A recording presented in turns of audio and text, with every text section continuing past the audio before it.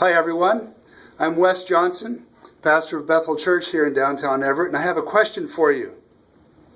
What do you do when life suddenly surprises you and you're shocked with tragedy? Tragedy comes in all kinds and shapes and forms. This morning I was at my physical therapist's office getting work done for my left arm, which I broke when I fell off my bike in November. Caught a curb with my rear wheel and down I went.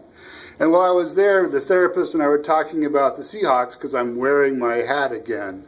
And do you remember the shock you felt when the game was lost right there in those closing seconds? Oh man, those are some things that jar us a bit, change our lives.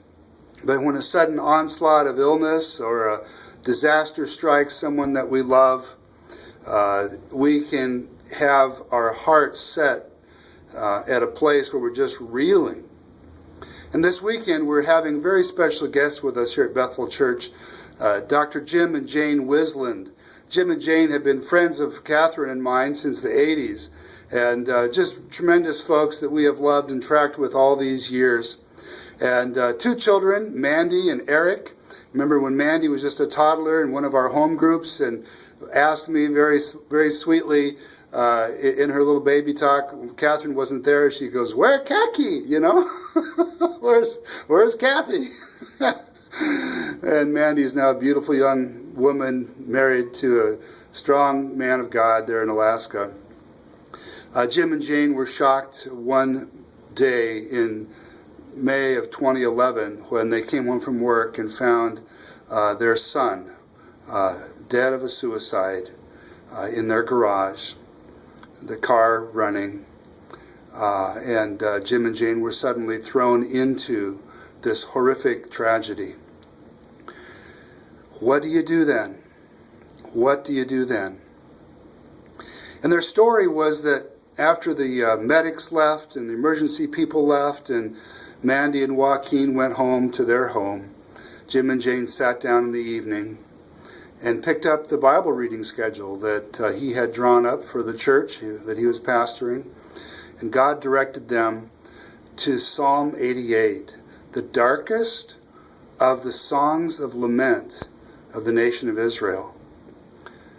And they were amazed as they listened to the heart cry of this man, the prayers coming out of a place of desolation and despondency.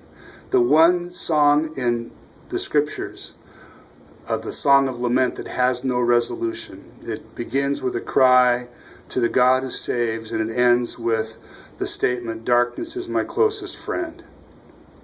And they began to realize that God was giving them a scripture that would help them understand the heart and mind of their son Eric. Eric struggled with mental health issues, and he put up a brave fight. I don't know about you, but when I get hit with something really difficult, I need to know that God is watching, that God is aware. And this weekend our topic is on what to do when suicide strikes, but I want to tell you that whatever the trauma has been in your life, that this is a message, this weekend's message will be a great help to you. And you never know when someone close to you may encounter that temptation to do away with their own life, and you're there you are in the midst of that conversation and you don't know what to say or do. But this weekend's conference will provide that guidance for you. At 9:30 on Sunday morning, Jim and Jane will be telling their story in the adult Bible class. And then at 11 o'clock, they'll be presenting from Psalm 88 in the worship service. At 6:30 on Sunday evening, they'll be presenting the first of two seminar discussions on the suicidal mind. What is it in the heart and mind of a person who contemplates their own death? And then on Monday evening at 6 o'clock to 8 o'clock, there will be a second seminar on the same topic, expanding on those things. And Psalm 88 has become for Jim and Jane a grid of the way people think when they contemplate taking their own life. I do hope you'll come this weekend. The morning sessions, Sunday morning, are open to everyone. for free. Evening sessions, we're asking for a $20 donation to cover expenses of the book we're giving and a dinner on Monday evening as a gift to you. So please do come. And if you would like to register, go to awakeningsprayer.org, and there's a email address there that you can register for the conference.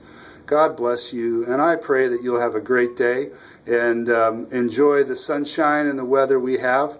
And last thing I want to say is go Hawks. All right, take care.